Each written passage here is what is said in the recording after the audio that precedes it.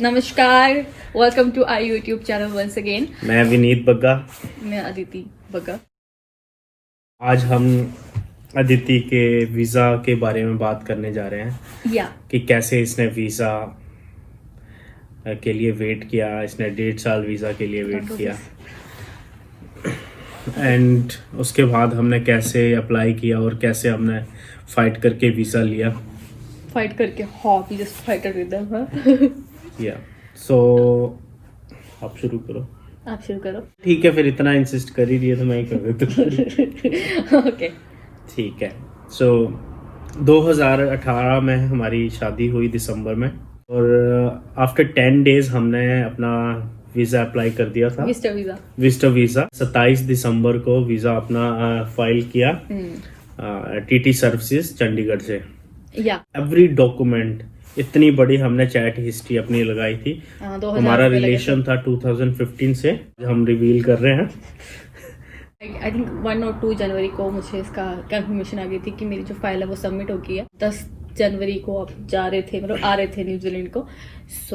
हाँ, मैं 10 हमें लगा था कि हम इकट्ठे जाएंगे। हाँ, क्योंकि हमें इसलिए लगा था, जो फ्रेंड्स हैं वो उन्होंने यही बताया था, उनके एक्सपीरियंस यही थे कि हफ्ते 3-4 दिन में उनके वीज़ाज आ जाते थे उस टाइम पे, उनके वाइफ के। और ऐसा हुआ नहीं। और जब विनीत को छोड़ने गए थे उस टाइम पे मैं रोई भी थी। I have some photos to show. I cried at the airport. She cried as well कि मैं अकेला जा रहा हूँ। मस्ती मारेगा अकेले। शादी के बाद फिर इसका मेडिकल एक्सेस हुआ वहाँ पे इमिग्रेशन में। एक्सरे में स्कार आया था। सो दे वर थिंकिंग कि कहीं ये टीवी का सिम्टम्स तो नहीं है। सो इसके लिए वो बहुत स्ट्रिक्ट है इमिग्रेशन की। वो टीवी वाले पेशेंट्स को वो नहीं अलाउ करते एंट्री करना। स्पूटम टेस्ट इन्होंने कहा कि अपना स्पूटम टेस्ट डन करवाओ। फिर हमने स्पूटम टेस्ट डन करवाया। स्पूटम टेस्ट की रिपोर्ट कितने महीने बाद आती है? 3 मंथ के बाद। It took 3 month for me to get that report. के बाद उसकी रिपोर्ट आई विच वाज ऑब्वियसली जो कुछ था नहीं। And then again I have to go for chest x-ray. फिर चेस्ट एक्सरे हुआ। फिर उसके बाद देखो डॉक्टर के पास मुझे भेजा, रेफर किया। फिर डॉक्टर ने मेरी हिस्ट्री लिखी, ऑब्वियसली मुझे चेक किया, इसको कोई प्रॉब्लम नहीं है। देन इट वाज डन कि हाँ इसको कुछ प्रॉब्लम नहीं है। उसके बाद इसका जो था मेडिकल क्लियर हुआ। बट तब तक कोई वीज़ा का कोई लेना देना था ही नहीं, कुछ पता ही नहीं चल रहा था। सो मैंने एक दिन ऐसे सोचा, मैं जाके इमिग्रेशन की जो गूगल पे एड्रेस होता है मुंबई का, so I should check the reviews. So जब मैंने रिव्यूज चेक किया तो मुझे पता चला कि not only me, there like thousands of girls और boys are waiting for their spouse visas. So वो स्पाउस विजिटर वीज़ा किसी को भी नहीं दे रहे थे एट द टाइम। और इन आई थिंक मई में उन्होंने सारे रूल्स भी चेंज कर दिए। इमिग्रेशन चेंज द रूल कि 2 साल आपको साथ में रहना है शादी से। उस टाइम पे वो किसी के 2 बच्चे भी थे, उनका भी वीजा रिजेक्ट किया कि you are not stable and genuine relationship. I still remember in July it was my birthday and I was very upset. So I just wanted him to come. ये जी पहुंच गए थे 13 जुलाई को। ये 13 जुलाई को मैं यहाँ से गया था। अप्रैल में मैंने जॉब भी अपनी चेंज की थी, तो मेरे पास इतनी ज्यादा हॉलीडे पेज थी नहीं। तो फिर भी मैंने मैनेज किया, अपने एम्प्लॉयर से बात की। So they willing to give me 2 weeks off holidays. फिर 2 वीक्स की उन्होंने मेरे को हॉलीडे दी। वो भी विदाउट पे गया मैं, और घर भी रेंट पे लिया था। सारी चीज़ें थी, वो सारी लाइनअप थी, पर फिर भी मुझे जाना था क्योंकि she was so upset. And जब ये फिर आए वो 2 हफ्ते हमने बहुत अच्छे से बिताए। इनका बर्थडे भी मनाया, हम घूमने भी गए। had lot of fun. Yeah, we had a lot of fun, but again फिर इसको जाना पड़ा। एंड इसके जाने के 2 दिन के बाद फिर से रोना स्टार्ट कर दिया। हाँ, सो ये सब चीज़ें होती रही। तो फिर मैं यहाँ पे आ गया। फिर मैंने इमिग्रेशन से बात की कि व्हाट्स द प्रोसेस, क्या प्रोसेस चल रहे हैं तुम्हारे। मेरे को तो अभी भी याद है। मेरे को ना वो याद हो गया था that kia ora welcome to immigration New Zealand. वो मेरे को ना याद हो गया था। और अभी मुझे कोई बोले ना इमिग्रेशन न्यूजीलैंड का फोन करना, मुझे चिड़ मचती है। 8 months हम अगस्त तक वेट करते अगस्त तक वेट रहे, करते फिर रहे। सितंबर हमने वेट किया, सितंबर में मेरी फाइल पिक हो गई थी, सितंबर में सीओ एलोकेट हो गया Allocate हुआ था। था। सीओ का वो मतलब है कि case Case officer officer। Allocate हो गया था। या इन अक्टूबर इनके ग्रैंडफादर एक्सपायर हो गए थे, व्हिच वाज एक ये भी था रीजन जुलाई में जाने का या कि मैं मेरे ग्रैंडफादर थोड़े बीमार थे। बीमार थे, सेहत से ठीक नहीं थे, तो मैं उनसे भी मिलना चाहता बिकॉज मैं बहुत प्यार करता था उन्हें। जिस दिन या भोग था उस दिन मेरा उस इंटरव्यू दिन आया था, उसी दिन या सेम पर्टिकुलर डे इसको इंटरव्यू आया। हाँ। तो इसका करवा चौथ था, तो उससे एक दिन पहले इसकी रिजेक्शन आई थी। सो मुझे वीजा रिजेक्शन आ गई। So it was very hard for him because he was alone in here and घर पे इतना Grandfather कुछ की death या हुई थी, इतना हाँ। कुछ हुआ था। He was alone, he was crying, he wanted to come, but सब कुछ छोड़ के आना भी बहुत मुश्किल था। सबने मना भी किया कि तू मत आ अभी। बाहर बाहर रहने की ड्रॉबैक ये है कि आप फैमिली से बहुत दूर होते हो और आपको कई बार बताया भी नहीं जाता कि आपकी फैमिली में क्या चल रहा है। तो शौक कि हमारा इतना स्ट्रॉन्ग रिलेशनशिप था, हमारी चैट हिस्ट्री, हमारी cover letter was showing everything कि हमने कब से 2015 से हमारा रिलेशन था। तो वो सारी चैट हिस्ट्री और अपना जो रिलेशनशिप हिस्ट्री थी वो सब लगाया था सब हमने। लगाया था, बट स्टिल वी गॉट। और किस बेस पे रिजेक्शन था? that your relationship is not stable and genuine. Your relationship is not stable and genuine. Seriously. And in December we filed for visa again. December, November. December. In December we filed for visa again in December. मेरे भूल Yeah. गया।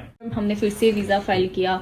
Actually उससे पहले यहाँ protest हुआ New Zealand में बहुत हाँ, ज्यादा काफी protest सारे किए प्रोटेस्ट इन्होंने। हुए यहाँ पे। Yeah. माइग्रेंट्स एसोसिएशन ने काफी सारे प्रोटेस्ट बिकॉज किए, दैट वाज अनफेयर तरीके से वो हमें रिजेक्शन रिजेक्शंस दे रहे थे। बिकॉज ये बोलना कि आपका हस्बैंड के साथ रिलेशनशिप स्टेबल एंड जेन्युइन नहीं है जब आपके दो बच्चे हैं, तो वो सबसे बड़ी बेवकूफों वाली बात लग रही हाँ, थी। एक ये भी और एग्जांपल ऐसा आया नहीं था था सामने। कि वो सिर्फ इंडियंस के लिए था। No, that was not the thing. It was for all over the world. जितने भी स्पाउसेस थे उनको वीजा नहीं मिल रहा। फिर क्या हुआ कि दिसंबर में फाइल डालने के बाद मुझे मेल आती है that we need your chest x-ray again. Because they have asked for last. So अब ये है कि मैं जब भी कोई भी वर्क वीजा डालूंगी या कोई भी वीजा डालोगे, कोई भी वीजा डालूंगी या मैं maybe I think residency भी डालूंगी, मुझे चेस्ट एक्सरे प्रोवाइड करना ही पड़ेगा एवरी टाइम। मैंने फिर चेस्ट एक्सरे द्वारा से प्रोवाइड करवाया उन्हें, और पैसे खर्चने पड़ते हैं, पैसे लगते हैं 1100 रुपए चेस्ट एक्सरे का इंडिया। एंड आफ्टर दैट हमें ये डर था कि चेस्ट एक्सरे तो फाइन है, स्पूटम टेस्ट ना दोबारा मांगे बिकॉज अगर स्पूटम टेस्ट मांगते तो 3 मंथ्स हमें फिर से वेट करना पड़ना था। बट वो सिर्फ चेस्ट एक्सरे ही मांगेंगे सेकंड टाइम। एक बार आपका स्पूटम टेस्ट जो है वो क्लियर हो गया था, वो दोबारा स्पूटम टेस्ट आपसे नहीं मांगेंगे। तो आके चेस्ट एक्सरे दिया एंड फिर वेट किया अच्छा कुछ आएगा। फिर मेल की इमिग्रेशन को कि आपने हमसे चेस्ट एक्सरे मांगा था, हमने प्रोवाइड करवा दिया, कोई रिप्लाई नहीं आया आपका, कोई रिवर्ट बैक नहीं आया। तो वहां से भी कोई रिवर्ट बैक नहीं आया। Again calling to them they were like your file is on queue. Kiara, welcome to Immigration New Zealand. And then after that, फिर वही your file is on waiting, your file is on queue. And in February end में क्या हुआ, मैं धर्मशाला गई थी अपने mummy papa के साथ शॉपिंग करने के लिए। मैं वापस आ रही थी, तो मतलब अनअनाउंस्ड कोई मेरे को मेल नहीं आई कि आपको केस ऑफिसर मिल गया या कुछ, अचानक मेरे को मेरा वीजा आ गया। हाँ, so she got visa on I don't remember. February. Yeah, in February and 5 फरवरी को वीजा मिला और हमने तभी 1-2 दिन में ही उसी शाम को हमने टिकट बुक करवा ली थी।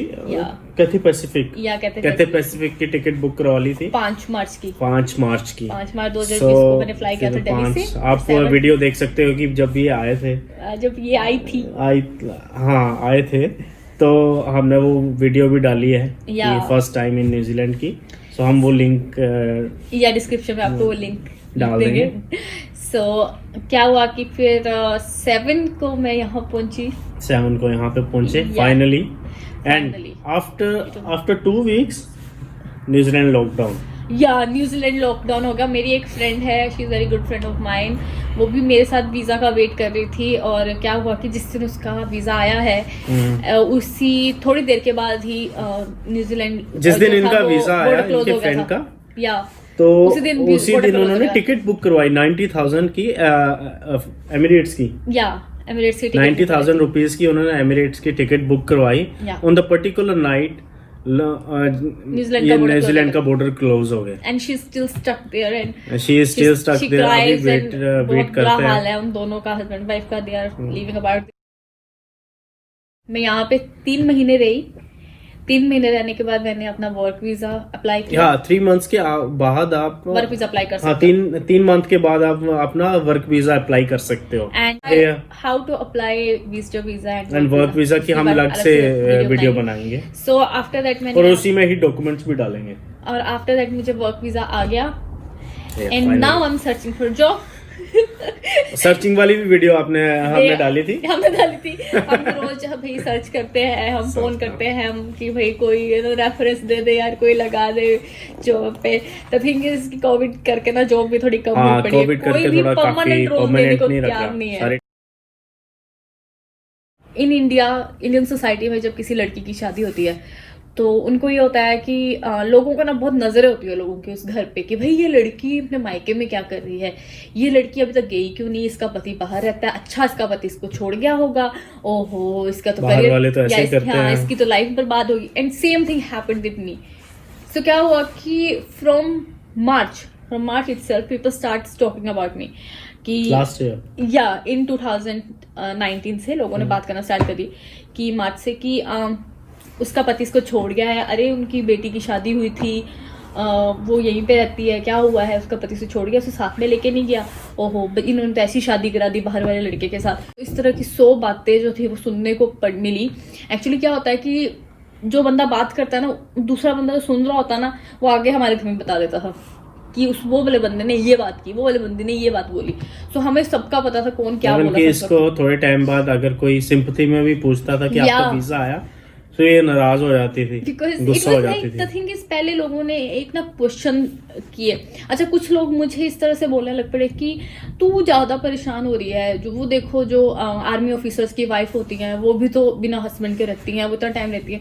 तो मेरा ना उन आंटियों को सिर्फ एक ही रिप्लाई है, और मैंने उस टाइम पे भी एक ही रिप्लाई दिया था कि आंटी जी अगर मेरे अंदर इतनी हिम्मत होती ना कि मैं एक आर्मी ऑफिसर के साथ शादी करती ना, तो मैं डेफिनेटली उसका वेट करती, बिकॉज उनके अंदर हिम्मत होती है। The second thing, I fall in love with एक आम आदमी से मैंने प्यार किया था, तो डेफिनेटली मैं उससे दूर नहीं रह सकती, बिकॉज मुझे पता है वो एक आर्मी ऑफिसर नहीं है और मैं उसके साथ रह सकती हूँ। I can't become like army officer wife, because उनकी हिम्मत और हमारी हिम्मत में ना बहुत फर्क है। डेफिनेटली सैल्यूट है उनको। लोगों के पास ना बहुत टाइम होता है, इतना टाइम होता है ना कि उनको दूसरों की लाइफ पूरी जज करनी है, वो कैसे चलेगी दूसरों की लाइफ, वो पूरा उन्होंने काम करना है। सो उसकी वजह से ना मेरे को बहुत ज्यादा स्ट्रेस रहने लग पड़ा था। आई वाज सो स्ट्रेस, और मैं कई बार इनसे लड़ पड़ती थी, बिकॉज कोई भी आके पूछता था आदित्य तेरा वीजा नहीं आया, ओहो तेरा वीजा कब आएगा, ओ तेरे पेपर नहीं बने। एक तो वीजा तो बोलते नहीं है, पहली बात तो पेपर, कागज पूरे नहीं हुए अभी तक। तो इस तरह की बातें। एंड किसी ने ये तक बोलने लग पड़े मेरे फादर को कि नहीं बाहर का तो वीजा आता ही नहीं है। so, अजीब सी बात, कंपेयर करेंगे कंट्री टू कंट्री। किसी ने ये तक बोल दिया कि ये रेजिडेंट नहीं है, ये सिटीजन नहीं है, इसलिए वीजा नहीं आया, इसलिए तेरा वीजा नहीं आया। तो 100 तरह की बातें। सो हमें पर ऐसा नहीं है। पर एक चीज है कि हमें उस टाइम पे इतना पता चल गया कि कौन इंसान कैसा है किस आपके ऊपर जब बीतती है ना, आपका बुरा वक्त आता है ना, कौन आपका है और कौन आपका नहीं है ना, आपको तब पता चल जाता है। सो मैंने सच में बहुत परेशान किया था अपने घर वालों को जब वीजा नहीं आया था। मैं बहुत परेशान करती थी उन्हें।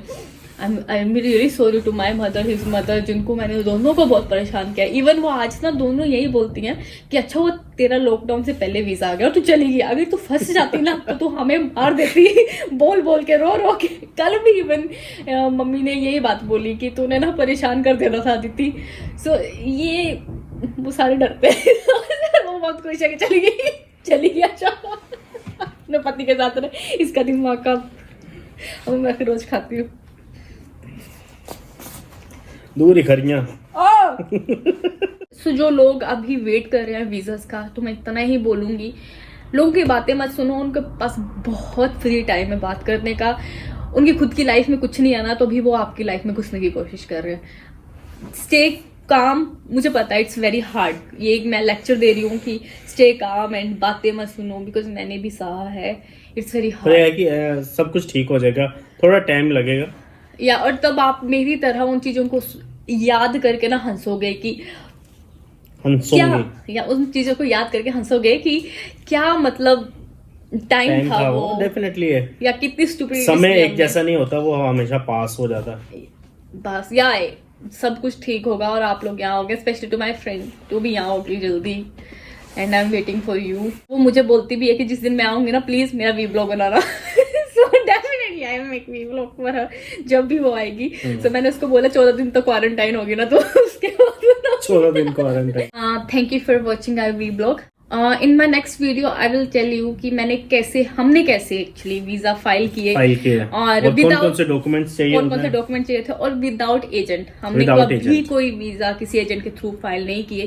वी विल टेल यू कि कैसे करने हैं, किसी एजेंट के पास जाने की जरूरत नहीं होती। अगर आप पहली बार लाइक विजिटर वीजा फाइल कर रहे हो और स्पाउस वर्क वीजा फाइल कर रहे हो न्यूजीलैंड का, सो आप ये वीडियो देखोगे तो आपको डेफिनेटली पता चल जाएगा। तो इतना रॉकेट साइंस नहीं है कि वीजा डालना है, विजिटर वीजा 1 लाख। मेरे फ्रेंड्स, मैंने जब वो यहाँ पे थे तो अपने स्पाउस का उन्होंने वीजा अप्लाई करना था, 1 लाख रुपया उन्होंने एजेंट्स को दिया है वर्क वीजा के टाइम, वर्क वीजा के, कैन यू इमेजिन, वीजा के टाइम पे हमने 1 रुपया भी नहीं दिया किसी को, विजिटर वीजा के टाइम पे भी।